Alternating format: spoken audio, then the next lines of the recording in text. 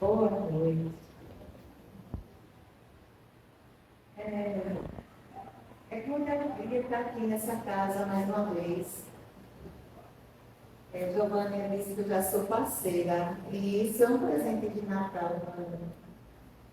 Realmente eu moro aqui perto. Faço parte do grupo de assistência Mediúnica Galvão, que é ali na torre. Quem quiser conhecer nossa casa, será bem-vindo.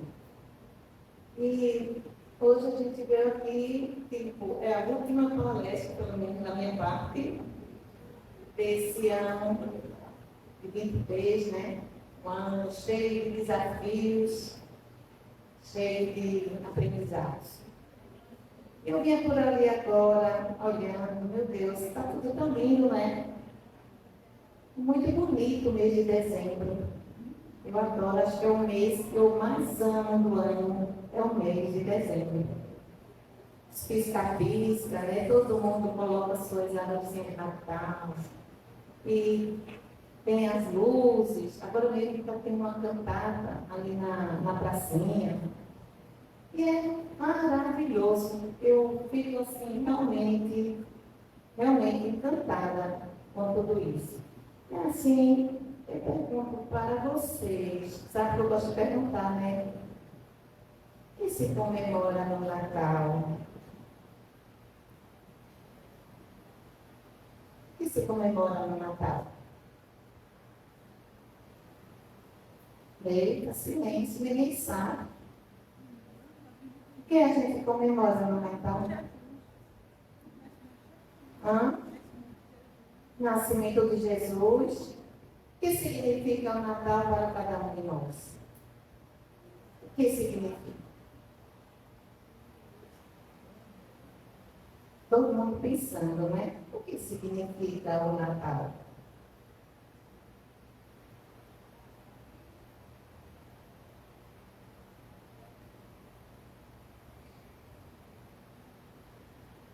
O Natal, a gente comemora a chegada de um ser maravilhoso. Um ser que saiu das suas moradas celestiais, das luzes, para vir até aqui, até nós, para trazer a lição do amor, né? Segundo Ramatiz, ele disse que, todo mundo sabe, né? Quem é, né? Jesus. E ele é o espírito mais excelso e genial da terra, do qual é o seu governador espiritual. O mais sublime, heróico, inconfundível instrutor entre todos os mensageiros espirituais da humanidade. Que definição que Ramatiz dá para Jesus? E ainda assim, é simplório. A gente não consegue nem conceber dentro de nós, ainda na escala em que nos encontramos espiritualmente, a importância desse ser nas nossas vidas. E aí, a gente vai ver a caminho da luz, quando Emmanuel, através da psicografia de Chico Xavier, ele diz que rezam as tradições do mundo espiritual que na direção de todos os fenômenos do nosso sistema existe uma comunidade de espíritos puros e eleitos pelo Senhor Supremo do Universo, em cujas mãos se conservam as rédeas diretoras da vida de todas as coletividades planetárias. No caminho da luz, vem Emmanuel trazer essa informação, falando dessa ordem crística, desses seres luminares, que se encontra além da nossa imaginação e que estão ali sempre buscando ajudar a todos que fazem parte dessa família universal. E vai mais. Ele diz também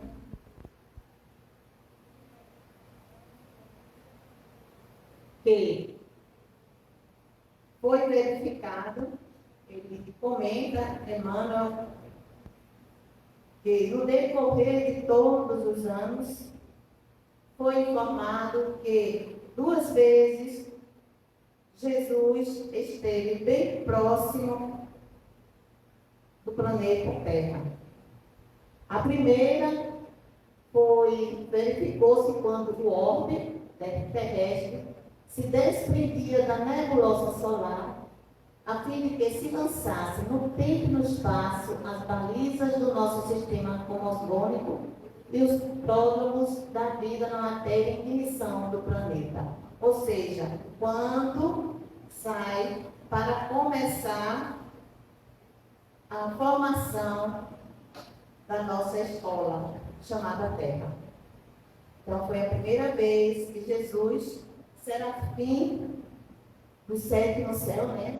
Ele se reúne com a ordem crística, a obediência ao Deus soberanamente bom e justo, para formar essa escola chamada Terra. E aí ele diz, a segunda, né? E a segunda, a gente vai só falar da primeira ainda, eu pensei que, deixa eu botar aqui. Então, nesse momento, essa ordem crística reunida, foi formar todo o planeta Terra, toda a parte física, tudo o que fosse necessário para nos receber. A segunda, como a gente já viu,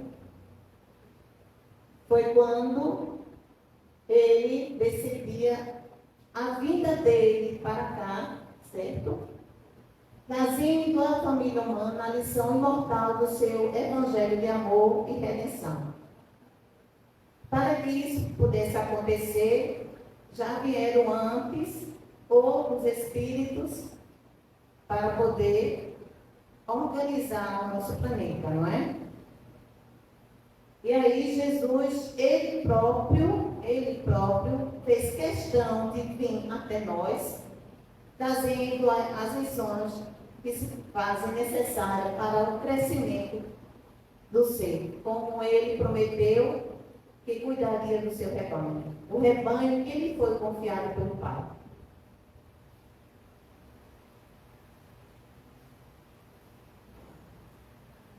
Ainda Emmanuel, ele diz, ainda nos diz Emmanuel que Jesus, o divino escultor, operou a escultura geológica do orbe terreno, talhando a escola abençoada e grandiosa, na qual seu coração haveria de expandir-se em amor, claridade e justiça. Então, observem que desde o início, desde a formação do nosso planeta, Jesus já estava ali, cuidando, organizando. E que organização belíssima, não é? Que planeta lindo, que casa nós temos, que escola maravilhosa e belíssima, com as suas cores, com seus vegetais, com seus aromas. Imagine quanto amor foi depositado na criação de tudo isso.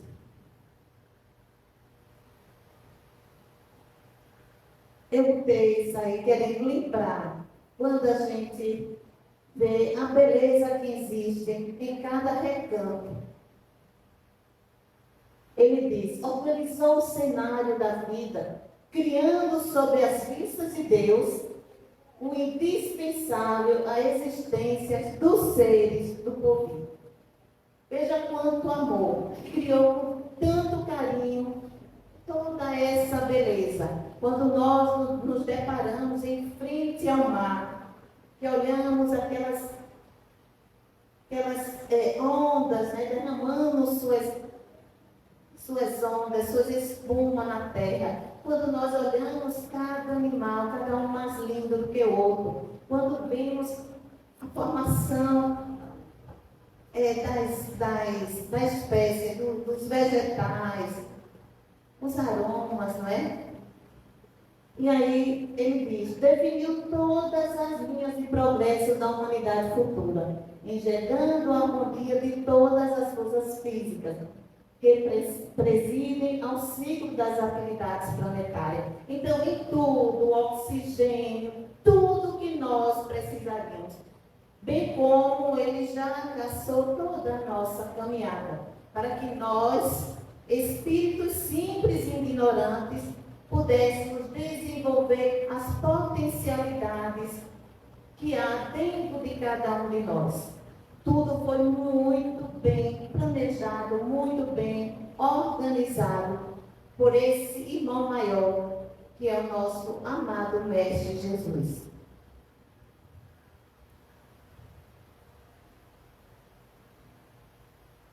Para que isso ocorresse, para que Jesus viesse até nós, ele precisaria ter um veículo. E esse veículo todos nós conhecemos, todos nós, com certeza, principalmente mães, né, mulheres, principalmente recorrem em alguns momentos das suas dores e aflição, bem como muitos homens recorrem à Mãe Santíssima, né? Então, foi chamada por Deus esse espírito luminar, esse espírito de escola, Maria de Nazaré, que antes mesmo de vir até nós, de receber no seu ventre o amado Mestre Jesus, Maria, ela já veio antes como espírito, em companhia de outros, que se chamam Ceareiros do Bem. Junto com os Ceareiros do Bem, ela veio até a terra antes de Jesus, antes dela própria vir, para poder sanear, para poder preparar para que esse grande sol que é Jesus viesse até nós. Então, ela fez questão de vir com os Ceareiros do Bem, para fazer, vamos dizer assim, uma limpeza, uma organização, bem como outros espíritos antes foram reencarnando na Mesopotâmia, na China, no Egito, em Jerusalém, em Roma, na Grécia. Todos esses vieram preparar a chegada do Cristo. As coisas não foram feitas assim aleatoriamente. Tudo muito bem organizado. Então, Maria, esse ser divino, ela foi um instrumento para o aparecimento do grande Mestre, que, por vontade do Senhor, se fez anunciar pelos luminares da eternidade. Enquanto ela estava em companhia dos Ceareiros do Bem, ela se chamava Sofia. E foi junto com eles que ela começou já a preparar. Ela deveria vir na Palestina, e daí era como se, eu acho que como a gente se, mas não é tão assim, mas como se sentissem que o Mestre, tão anunciado, tão esperado por aquela humanidade sofrida, aquela humanidade destroçada emocionalmente, escravizada, né? Já vinham esperando a chegada desse Redentor. Só que para eles viria esse Redentor anunciado pelos profetas, viria como um guerreiro, não é? Ele viria para dominar Roma e tirar ele do jugo romano. Mas não foi bem assim. O reino que Jesus veio aqui implantar é um reino dentro do nosso coração, dentro da nossa alma. Como ele disse, o reino não é deste mundo. Porque o reino de Jesus é em cada alma, em cada coração.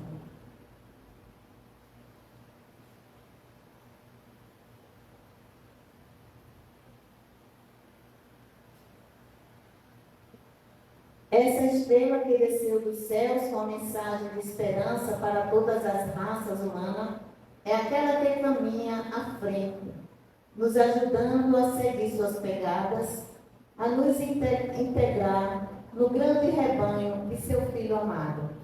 É a nossa Mãe Santíssima, Maria de Nazaré. Esse livro, quem não conhece, quem não conhece, é muito, muito maravilhoso.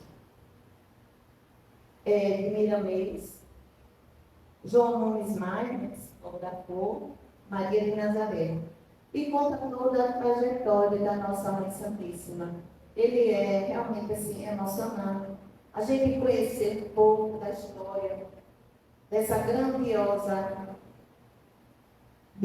grandioso Espírito que veio até nós. Tem uma parte aqui que eu fiz um resumozinho para que a gente pudesse ler o possível. Ela fazia 3 meses que ela estava casada.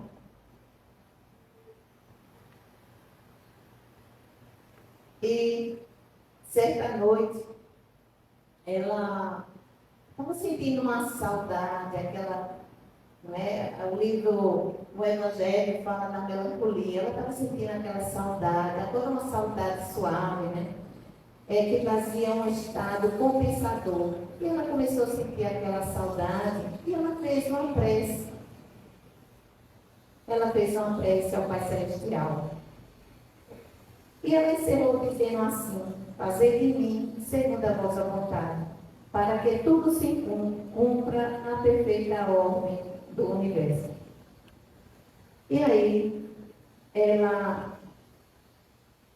após a prece, ela abriu os olhos e observou que mãos angélicas trabalhavam em seu corpo físico, ajudando a sair do vaso carnal. Já fora do corpo, ela vislumbra 3 estrelas reluzentes, das quais 2 colocaram-se ao seu lado, enquanto a terceira, assumindo a forma humana, sorriu para ela e fala com doçura. Eu trouxe essa mensagem porque eu gostaria que cada um de nós,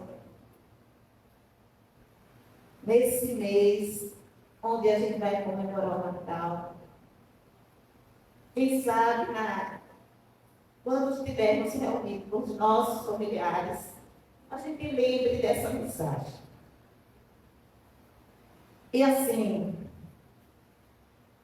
ele fala assim com ela: Maria, que a gente entenda como Sofia, Giovânia, Leidjane, para se sentir-se assim, Que a paz do Senhor seja contigo agora e sempre. Não deves preocupar-te com os acontecimentos. O Espírito, quando se veste de carne, embota os seus mais nobres valores, mas sempre tem a proteção dos anjos do Senhor, como agora observaste. Não percas tempo desprezando a vida, porque ela é bela em todos os aspectos. Aproveitai-a nas suas diretrizes estabelecidas por Deus, cujos caminhos bem conheces. Estás na terra apenas por um pouco, e esse pouco, minha filha, tornar-se-á muito aos olhos daquele que é todo amor e sabedoria. Não podes te esquecer dos compromissos assumidos antes de te vestires na carne, no mundo das formas. Ser-te-á dado tudo em favor do bem, que deve semear nas leiras da consciência, sem te preocupares com o crescimento do plantio, pois isto pertence ao Senhor. Passa servindo, sem esqueceres o amor. Passa abençoando, sem esqueceres o perdão. Passa sorrindo, sem esqueceres a gratidão. Estamos sob a dependência de Deus, porém, Ele deixa que cumpramos o nosso dever, que é parte nossa, nos servindo da conquista das nossas qualidades espirituais. Eis que és bendita entre todas as mulheres, por teres sido escolhida para receber em teu seio a luz da vida de todas as criaturas da terra. Serás o símbolo para todas as mães da terra e guia de todas elas, naquilo que existe de mais sagrado na natureza humana, dá a luz. O Messias prometido já se encontra nos arraiais da terra e neste momento te ora como um pai, antes de ser filho das tuas entranhas, mas o cumprimento de todas as profecias do mundo. Já se encontra anunciado e até os ventos falam dele por onde passa. Os animais dão parecer de que ele vai chegar e as plantas distribuem sinais de sua vinda, enriquecendo os celeiros com abundantes frutos.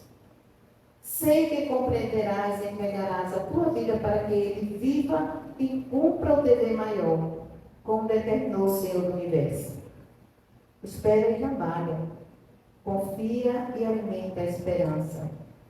Faze do teu amor a força indispensável para a tua proteção e do teu Filho amado, que estaremos contigo em todas as lutas empreendidas. Seja feliz.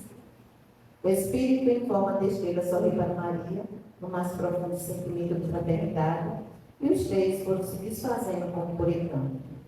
Maria, assim desejando, reassumiu o corpo físico, lembrando-se de tudo que havia ocorrido. Depois ficou horas a fio meditando no que ouvira em corpo astral, e aí então dormiu serenamente. Então a gente vê que o que Maria naquela noite escutou, nós também poderemos tomar como lição.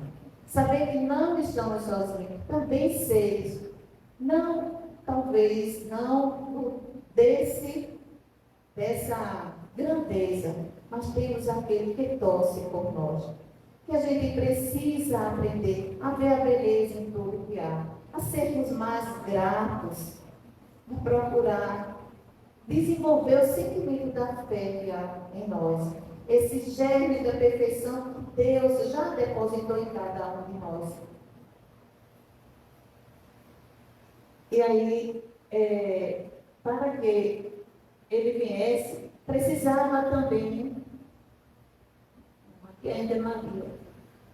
O anjo disse-lhe: não temas, Maria, pois encontraste graças diante de Deus. Eis que concederás, darás à luz a um filho e lhe porás o nome de Jesus. Ele será grande e chamar-se-á Filho do Altíssimo. Foi o anjo que chegou até ela e passou tudo isso para ela. Imagine ali não só a emoção, mas a responsabilidade que Maria, naquele momento, sabia que estava recebendo.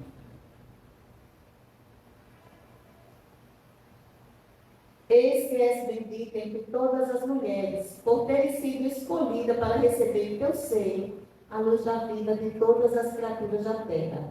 Serás o símbolo para todas as mães da terra e guia de todas elas naquilo que existe mais sagrado na natureza humana, dar a luz. Eu fiz muita questão de a gente sempre repetir isso, para ver a importância da maternidade, a importância de recebermos o Filho de Deus em nossas vidas, de não desistir jamais, aconteça o que acontecer. Infelizmente, existe por aí até umas políticas, querendo aprovar a retirada de um ser. Que a gente possa nos unirmos em oração para tirar da mente de cada um que deseje isso, para que isso realmente não vigore, Para que pudesse vir, também precisava do pai. E aí foi José ben Jacó. Ele era de uma família de camponeses que fazia parte da linhagem de Davi, conforme estava nas Escrituras, que o Messias viria na linhagem de Davi. Ele, o varão que trazia no coração a bondade, a justiça e, nos seus atos de viver, a obediência às leis do Senhor. Tinha a simplicidade como norma de vida e profissionalmente dedicava-se à carpintaria. Também gostava da perfeição, claro, e também tinha que ser um espírito bem preparado, um espírito também de escola, para poder ajudar, principalmente nos primeiros anos que nosso mestre estivesse aqui.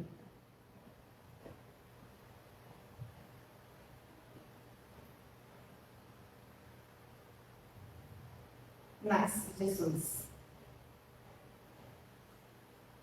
na pequena cidade de Belém, entre os animais, na natureza, nasce o nosso mestre, né? Já mostrando para que veio. Muitos esperavam que ele nascesse como o próprio Simeão, esperava que nascesse no palácio, no meio já de pessoas preparadas. Mas ele nasce na humildade, numa estrebaria, ao lado dos animais.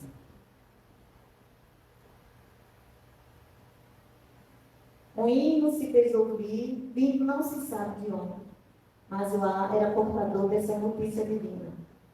Foram dadas glórias aos céus pela representação mais direta de Deus na terra. Nosso amado Mestre Jesus. Nossa segunda revelação veio nos trazer a carta magna, né? Mostrando a gente o caminho à verdade, para que tivéssemos vida em abundância.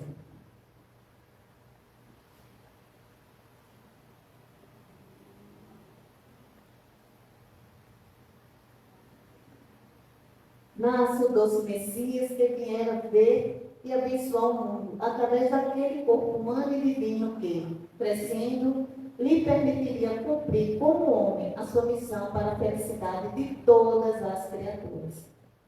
Era a promessa que tinha feito ao receber o rebanho das mãos de Deus, de que não nos deixaríamos órfãos. Quantos momentos, às vezes, quando estamos passando por alguma dificuldade, cogitamos que estamos na orfandade. Perguntamos, por que está acontecendo isso comigo? Onde nós precisamos aprender a perguntar para quê? Para que isso está acontecendo? O que é que eu estou precisando aprender? O que é que a vida está querendo despertar dentro de mim?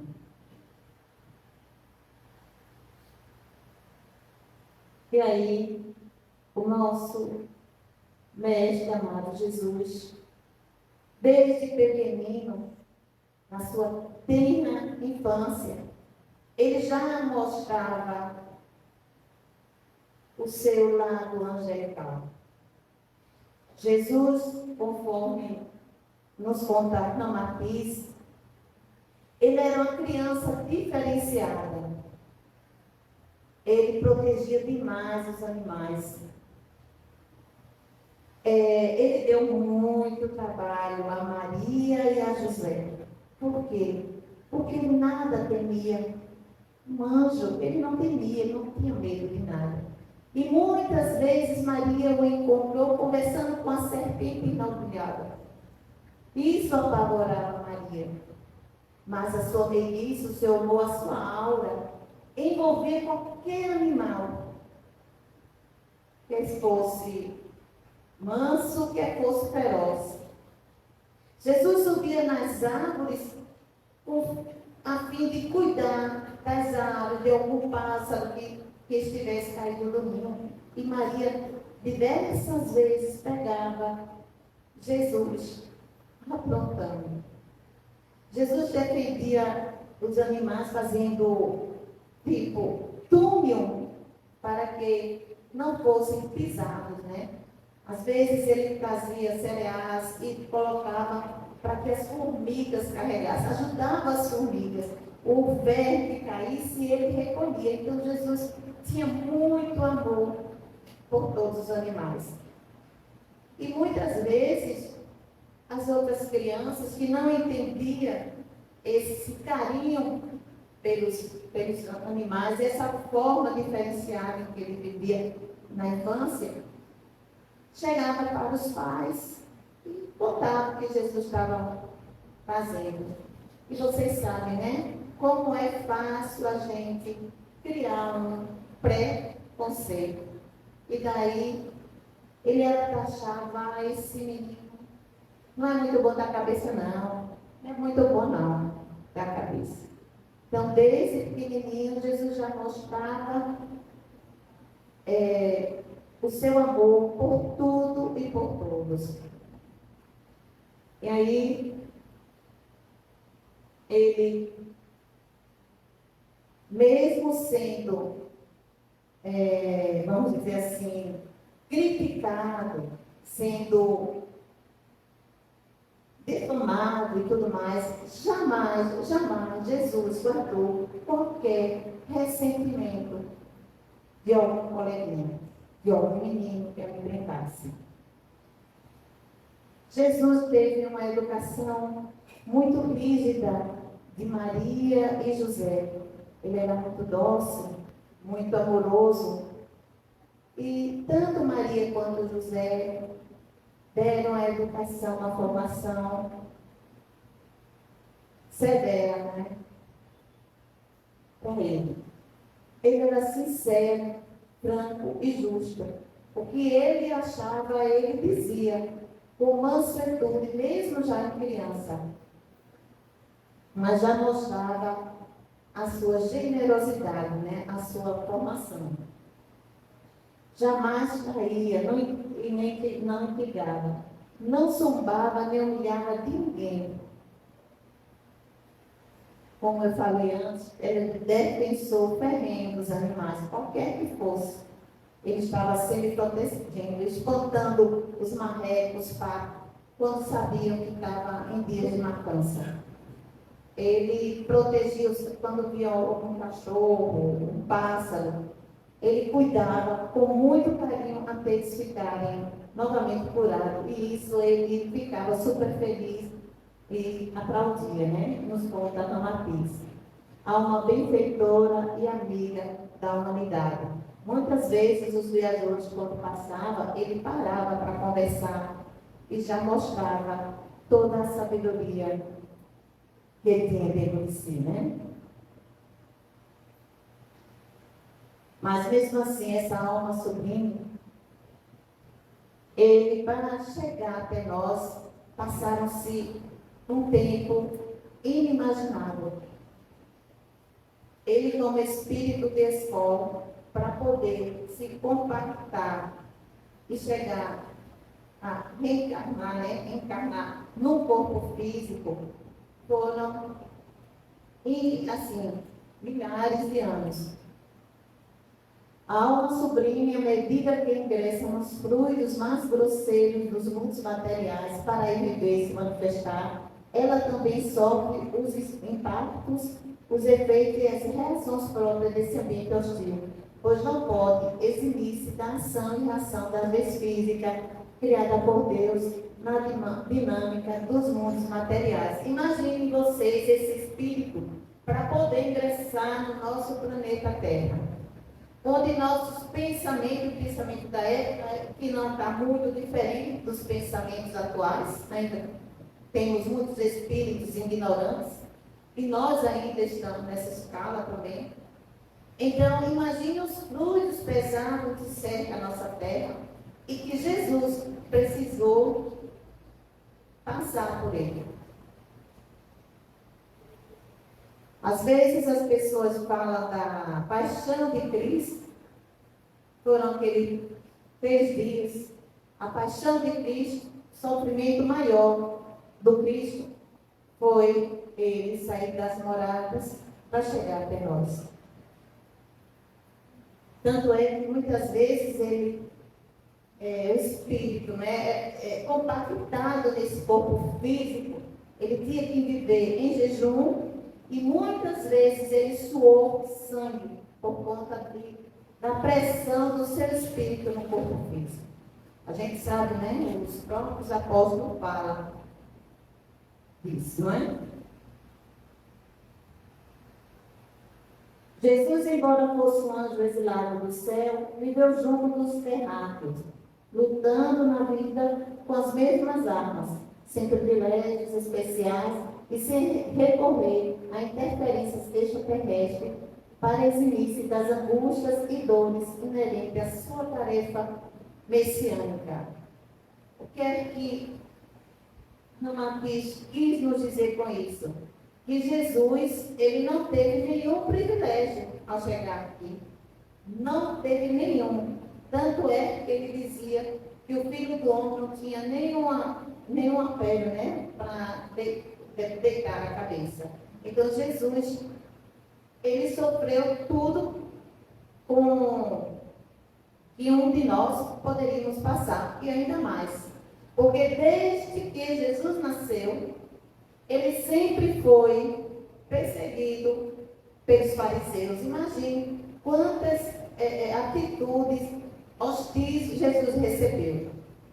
Ele mesmo já bebezinho, ele teve que fugir, né? Maria, João José teve que se eximir, correr, porque Herodes saiu matando as crianças, querendo também, nesse caso, né, matar o futuro rei, né, com medo de perder o rei, né, o reinado. Então, ele não teve nenhum privilégio. Ele passou todas as vicissitudes que nós passamos. Jesus passou muito mais, porque ele sempre estava sendo observado. Na realidade, ali os fariseus queriam pegar uma oportunidade para poder prendê-lo. Aí a gente lembra quando Jesus estava um belo dia ali, né, de cócoras, riscando na areia, e que chega a prostituta, né? Não, prostituta não, a adúltera, desculpa. A adúltera, né? Desculpa. A adúltera chega e ao chegar, ele estava ali escrevendo, aí fazia a pergunta, né? E aí? E agora, Jesus? O que é que a gente faz? Ou seja, queria colocar Jesus numa situação delicada. Se naquele momento Jesus respondesse, ela deve ser apedrejada. Aí estava indo de conta a lei, não matarás. Augusto Cury, ele fala muito interessante nessa parte. Mas ao mesmo tempo, se Jesus falasse, não faça nada, não mate, aí também estaria indo de encontro à lei de Moisés. E aí Jesus, com toda a sapiência inerente a ele, o que é que Jesus disse? Quem não tiver pecado, tire a primeira pedra. E contas, as escrituras, né, que de um a um foram se retirando. Porque cada um tinha em si alguma daquelas imperfeições que Jesus estava escrevendo ali na terra. Então, foi assim que Jesus viveu. Escolheram entre homens simples, seus discípulos, pessoas simples, ignorantes, que também muitas vezes deixavam Jesus em situação delicada. Mas Jesus lapidou cada um deles, personalidade de cada um deles. O apóstolo João, certa feita, chega perto dele e faz: Jesus, vamos tocar fogo em umas pessoas que não estavam seguindo, bora jogar fogo. Jesus, na maior doçura, mostra que não era este o caminho, que ele veio, foi para resgatar, onde Jesus veio para os doentes. E João, no final, se tornou o apóstolo do amor.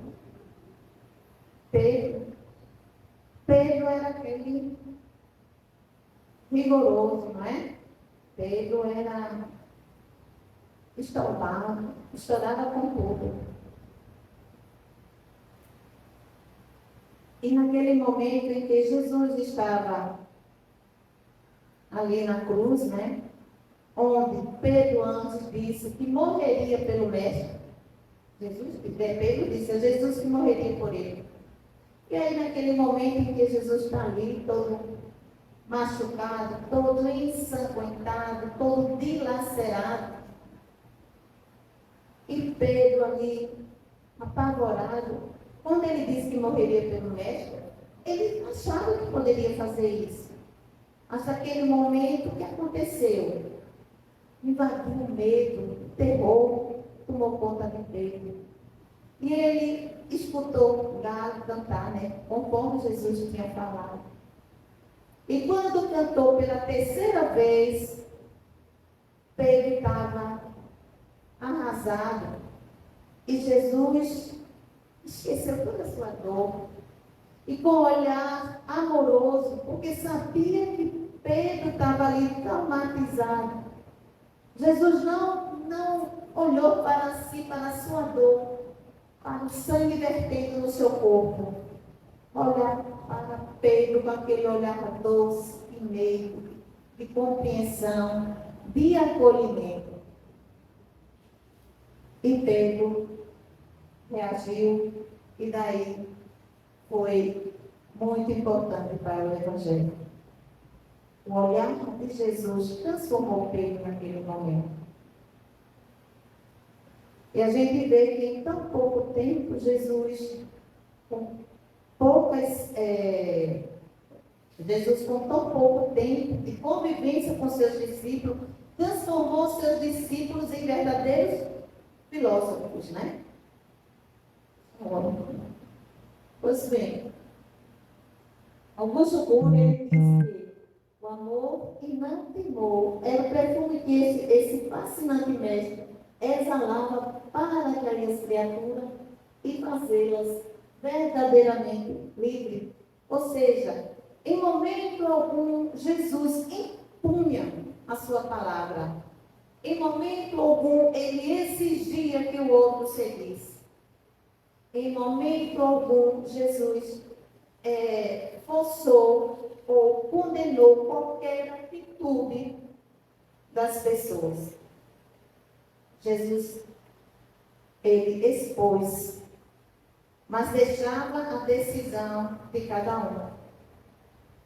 Quando ele curava, ele dizia, vá, e não erres mais. Mas respeitando aí o quê? O livre-arbítrio. Vai e não erres mais. Para que não te ocorra coisa pior. Olha que coisa linda. Vai, não erres mais. Para que não te ocorra coisa pior. Esclarecia.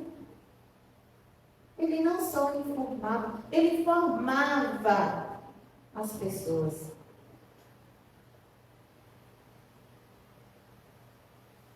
Como o pedagogo utilizou com mestria a arte da dúvida. Jesus foi o maior pedagogo que a terra já recebeu. E ele utilizou através das suas perguntas, das suas parábolas instigantes, Sempre que fazia uma pergunta a Jesus, Jesus respondia geralmente com outro. Se não me falha a memória, tem 217 que os apóstolos falam, perguntas que Jesus fez. Uma delas, quando pediam assim, Jesus me cura, o que Jesus fazia? Dizia, o que queres que eu te faça? A pessoa tinha acabado de falar, mas ele dizia, o que queres que eu te faça? Por que Jesus fazia isso? Para que nós pudéssemos, para que aquela pessoa ou nós pudéssemos nesse momento parar, pensar, introspectar, procurar o reino de Deus. Onde se encontra o reino de Deus? Na consciência do homem.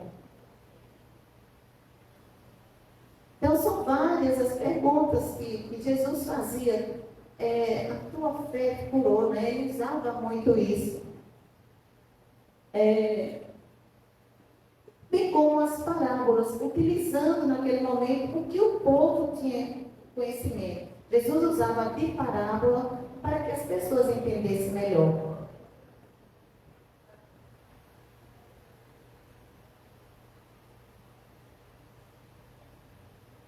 Ele pregava a libertação e a igualdade espiritual em relação aos poderosos, como irmão que todos eram filhos do mesmo Pai, assim devendo proceder uns com os outros fraternalmente. Então, por conta desse comportamento de Jesus, o que acontecia? Muitos o seguiam. Aqueles que estavam desesperançados, doentes, procuravam seguir Jesus. E Jesus, quando se emocionava, quando Jesus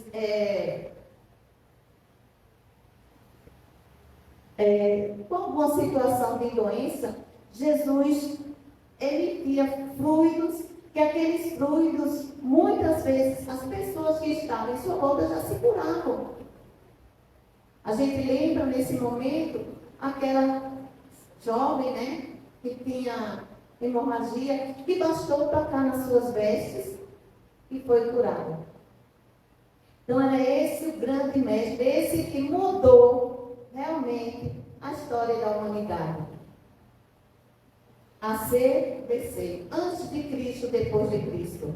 A partir da chegada de Jesus, nós passamos a ver Deus amor, um Deus que ama e que dá todas as condições para que possamos evoluir como seres imortais que somos. Foi através de Jesus, do seu Evangelho de luz, que aprendemos a encontrar o caminho para chegar ao Pai. Mas, infelizmente, há mais de 2000 anos já se passaram. E ainda estamos refém do passado. Ainda não aprendemos a lição maior. Ainda não aprendemos a seguir os passos do Mestre. Esse modelo que a Terra recebeu, enviado por Deus.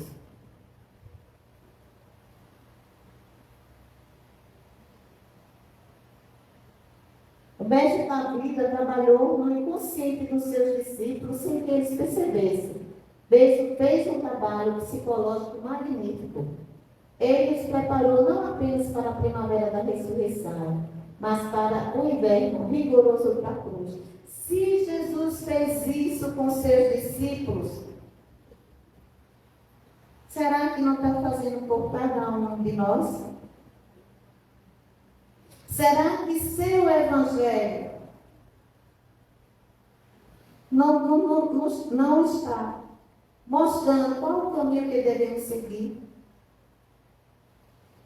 Quando será que vamos despertar? Despertar a luz que há em nós. O que nós estamos esperando?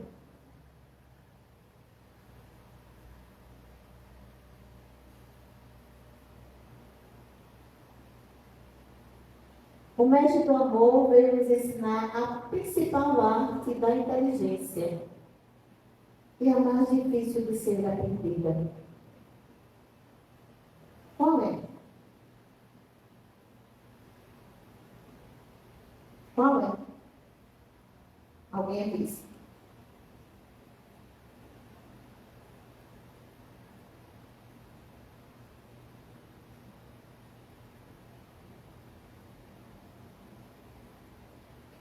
A arte de amar. Quando ele já estava indo, voltando, ele diz: novo mandamento eu vos dou. Amai-vos uns aos outros, assim como eu vos tenho amado. E todos saberão que sois meus discípulos, se amardes uns aos outros. É muito fácil a gente falar, eu te amo. Mas a gente realmente exercer esse sentimento, aplicar esse sentimento, a gente precisa avaliar. Mas a gente pode começar, sabe como? A gente pode começar a desenvolver isso, cultivando em nós a contemplação do belo. Aprender a olhar o outro com os olhos que Jesus olhava, com os olhos de amor. Ver em cada um a beleza. Trabalhar em nós essa mania de a gente ter de valorizar os defeitos, ao invés de valorizar as virtudes. Porque cada um aqui é filho de um Deus, é filho de Deus. Nem sempre, vamos dizer, ainda em caminho da perfeição, né? Então a gente precisa amar ao outro e ver a beleza que há em cada um. Ao invés de a gente julgar, ao invés de condenar suas atitudes, a gente procurar ver o que ele tem de melhor. E é nesse período que a gente precisa, mais do que nunca, refletir sobre isso. Precisamos também trabalhar o que? Nossa mansuetude. Ser mansos e humildes de coração.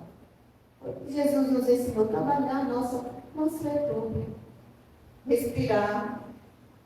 Fazer prece. A gente vai fazer isso de uma hora para outra? Não, vai ter momento que a gente vai ficar. Mas o importante é a gente começar. É a gente já reconhecer que a gente está sentindo isso. A gente já reconhecer a nossa imperfeição, o nosso lado ainda, que é difícil. É mais fácil olhar o defeito do outro do que olhar o meu. Mas se eu começar, quando eu fizer alguma coisa não boa, aí eu vou perceber e já vou começar a trabalhar isso em mim. Benevolência. Podia ser mais benevolente. Qual é a verdadeira caridade ensinada por Jesus? Qual foi? Benevolência para com todos, não é? Indulgência para as imperfeições do outro. O que mais? A indulgência, né, com as imperfeições dos outros.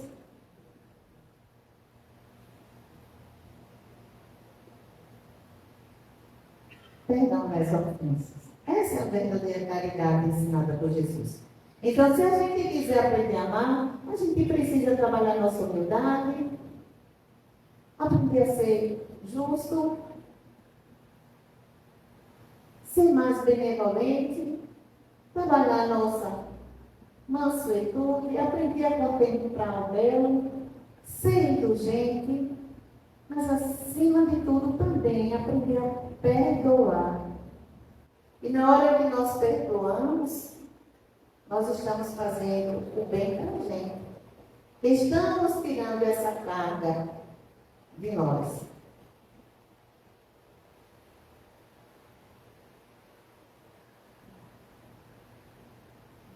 Ele fez do amor de Deus e da caridade para com o próximo a condição indeclinável da salvação.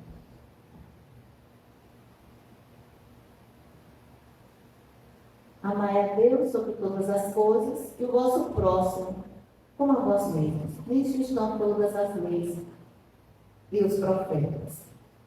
Me diga, gente, agora, me respondam. Essa história mudou a humanidade ou não? Hein? Mudou ou não? Mudou a humanidade. E agora, pelo menos, a gente já tem a consciência, né? A gente já sabe o caminho. A gente já sabe como devemos nos comportar. Agora, a gente precisa desenvolver em nós a vontade de realizar, de pôr em prática. Aproveitar cada momento que a gente nunca sabe quanto tempo ainda nos resta aqui. Aproveitar cada momento para fazer o nosso melhor. Não só com o outro, mas também com a natureza, com nós mesmos, a começar por nós. Não adianta a gente ficar só estudando o Evangelho. É lindo, é emocionante a gente pegar e estudar. Ótimo. Mas não pode ficar só na letra. A gente tem que pôr em prática. Isso é maravilhoso. A gente não vai conseguir de imediato. Mas uma longa caminhada começa no primeiro passo. Né? A gente lê um livro, ó, a gente vai ter que abrir a primeira página. Que façamos desse Natal um Natal diferente. Eu não sei se eu vou conseguir aqui.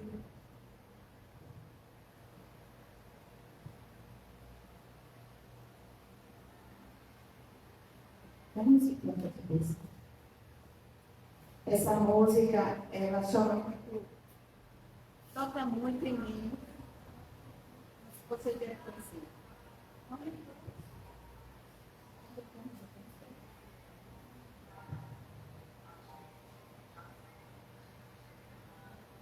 Nova. É tempo de amor.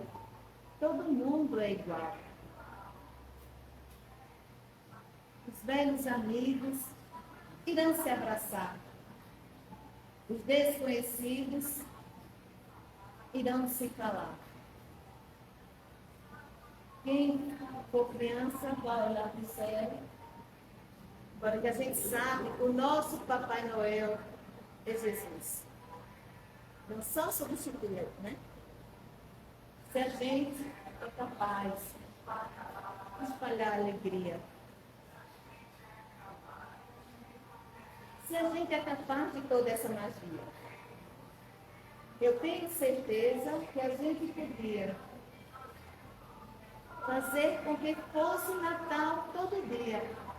Se a gente é capaz de espalhar alegria,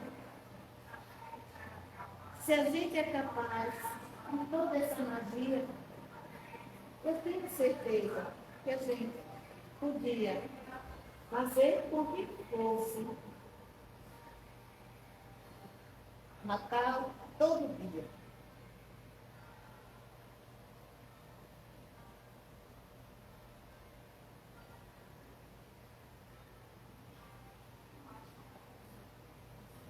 Feito mais manso e sei falar.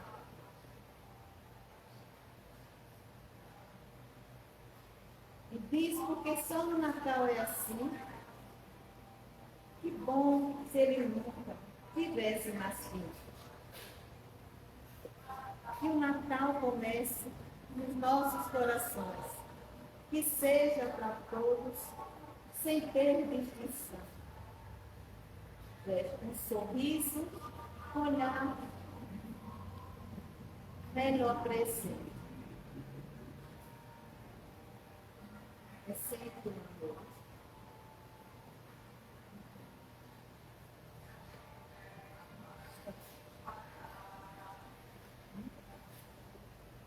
Mas é isso, gente. A gente vê que no Natal a gente